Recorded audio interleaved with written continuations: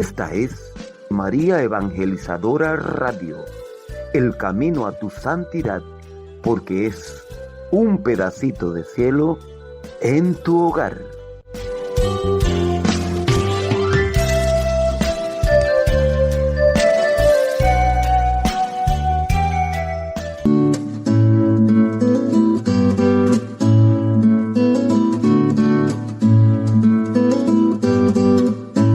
María Evangelizadora Radio, un pedacito de cielo en tu hogar, presenta a continuación la hora de los testimonios.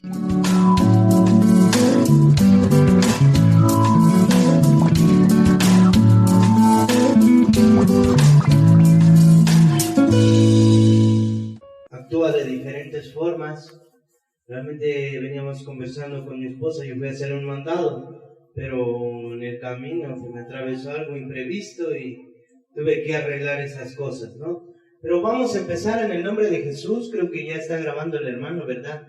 Pero algo muy importante, hermanos, lo que yo les voy a contar, parte de mi vida, parte de mi testimonio, es algo un poco fuerte, un poco duro. Le voy a comentar que mi difunto papá, ¿verdad? Que en paz descanse, él pues ya va a ser juzgado y ya es juzgado por Dios. Dios, cada uno nos va a dar nuestro salario, como dice la palabra de Dios. Cada uno, el Señor nos va a dar nuestra paga, porque nosotros ya estamos escuchando la palabra de Dios. A mi padre, pues él cuando empezó, hermanos, voy a empezar así de esta forma. Cuando mi padre empezó en un trabajo, así se le pudiera decir, de curanderismo, en ese momento yo tenía alrededor de 10 años aproximadamente, y yo miraba cómo mi papá ya empezaba a curar. Él tenía unas imágenes así como las que están aquí, pero mi papacito tenía un altar no pequeñito como esto, sino que medía 6 metros el altar, tapizado de imágenes, ¿verdad? En cual nosotros, cada vez de que él curaba, él comenzó a ayudar a las personas.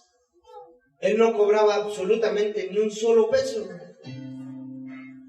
Él cada vez ayudaba a más personas, pero tenía un don muy especial de parte de Dios.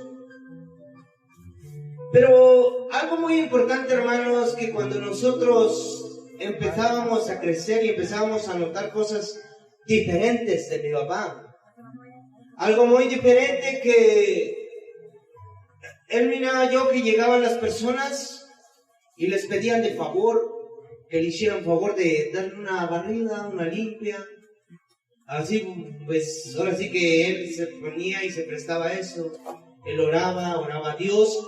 ¿Para qué? Para que, pues, las personas que llegaran, pues, pudieran encontrar ese alivio, ¿verdad? Se pudiera decir así.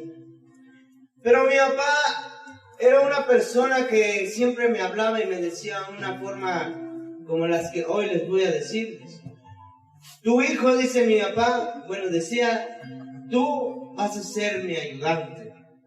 Tú vas a ser mi prestado. Tú vas a ser una persona quien me va a apoyar en esto.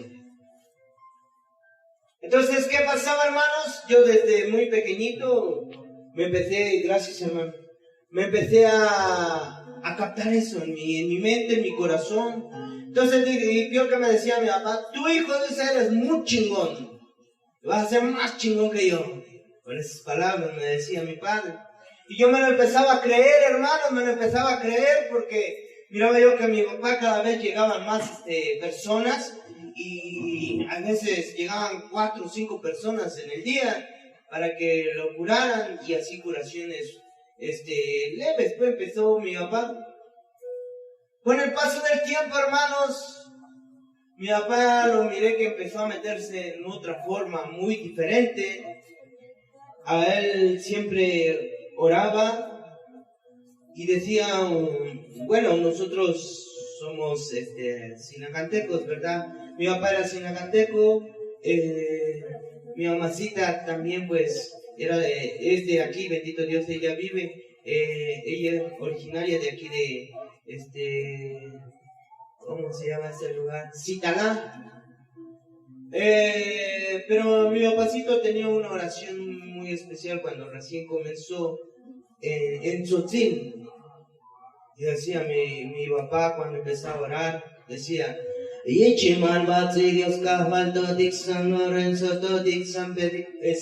ese era su lenguaje que empezaba a rezar mi papá en Tzotzil. Yo en ese momento lo miraba yo muy lindo, muy bonito. ¿Por qué? Porque cantadito lo decía, bien hermoso. Entonces yo quiero ser como mi papá, decía, ¿verdad? Yo quiero ser como él. Y entonces en ese momento, hermanos, me empecé a meter esa idea, empecé a mirar como mi papá prendía las velas. Él siempre era un hombre muy ordenado en prender las velas. Cuando le llegaban a pedir favor, él prendía puras velas color blancas. Pero en el momento, hermanos, como fui creciendo yo, y también como él fue haciéndose más grande, y empecé a entender las cosas que él hacía. Hacía ritos ya más duros. Hubo una ocasión de que me contó mi papá que él tuvo que ir a desenterrar a una persona que, o sea, que ya le habían hecho un entierro, pues, vaya, en una comunidad de aquí de Pasté, sobre este lado del municipio de Chinacatán. Y él me comentaba que estaba muy enfermo este muchacho porque ya le habían hecho un entierro. Y me comentaba que tenía que irse a las 12 de la noche para hacer sacar ese muñeco que él tenía, enterrado, que habían enterrado, para que este joven, pues, se muriera. Y este joven sí ya estaba ya enfermo y cada vez más enfermo y más enfermo. Y entonces llegó mi papá y me dice, mira, esto y esto va a pasar, así es que tú no tengas miedo. En ese momento, hermanos, yo no sabía yo nada, ¿verdad? Yo simplemente era yo el ayudante, se podía decir así, su chomil, su préstamo, el que lo ayudaba, el que cargaba las velas, el que cargaba el alcohol también, el que cargaba todo lo que él pedía. Yo era prácticamente una persona, su mano derecha de mi papá. Cuando vino de hacer ese destierro, esa persona como a los 3 días se levantó y empezó a caminar normalmente. Ya no tenía esa enfermedad, porque mi papá me había comentado que era un brujo muy poderoso también que le había hecho ese trabajo. O sea, una persona que estaba un poquito más elevada de mi papá. En ese momento, hermanos, cuando yo me empecé a enterar de eso, yo quería y le decía, cuando yo sea grande, quiero ser como usted.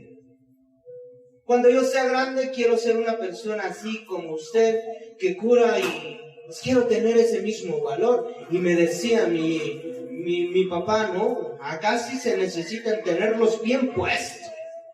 Porque acá no vas a jugar con algo, pues. Ya me empezaba a hablar más abiertamente mi papá.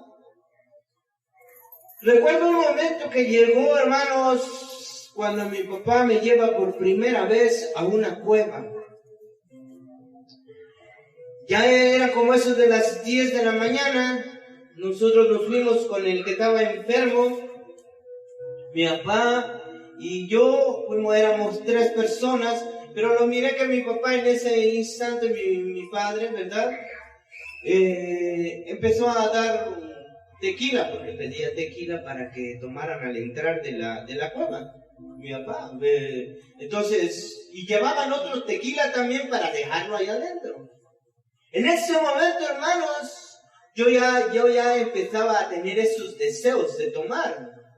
Tenía yo esos deseos, ya me llamaba la atención. Y recuerdo que me dijo mi papá, dice, ahora, hijo, dice, aquí vamos a probar realmente qué tan hombre eres, dice, pero para que no tengas miedo, tómate un trago de tequila.